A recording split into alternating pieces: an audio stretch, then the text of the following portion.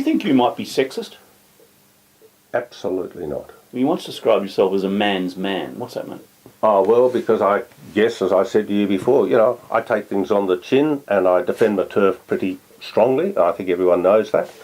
I have been watching this debate over recent days and I'm very cross about it. I'm cross about it because I think to call someone a misogynist is so unfair.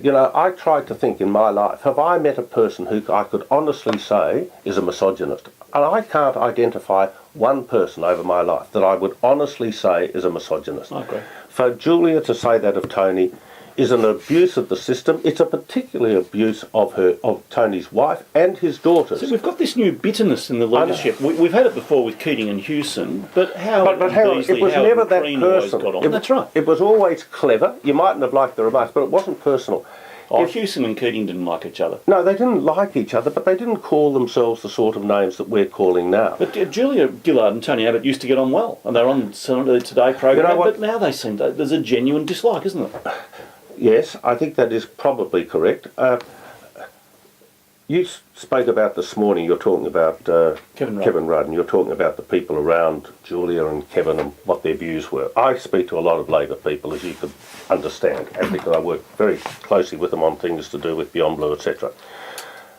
What most of them say to me, and what I agree with, I don't understand why our Prime Minister, forget that he is a she or a he, makes no difference, but why a Prime Minister who is meant to be our leader and above the ruck, spends so much time on personal attacks. In other words, my first piece of advice to Julia Gillard or to Tony Abbott, if they were to ask me, was focus on the issues. If you want to go for someone, have your deputy do it. Have one of the other ministers do it. That was the way it used to be. I mean, you take the bloke who pretended you couldn't remember John Brumby's name for 5 years. But that wasn't personally attacking him for anything sexual or anything else. Little boys take John Howard. Did you ever hear John Howard? That? Oh, well, you make mistakes from time to time, but not consistently. What you're saying now is this is happening consistently. Every day they make a comment publicly. It's attacking one or the other on a very personal basis. Julia Gillard, Tony Abbott should be above that. John Howard never spoke badly of anyone. Malcolm Fraser never spoke badly of anyone, nor did Gough Whitlam. I'll tell you what. You didn't speak well of John Howard, though. No, I'm not a very good example of anything.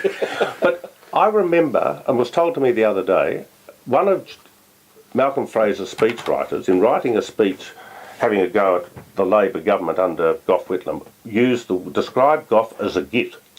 And Malcolm Fraser removed that from the prepared speech. He said, you cannot call a Prime Minister a git. I'm saying, and when the attacks took place in Canberra under the Howard government, it was normally Peter Costello. He was the master of the House. He was the one who was able...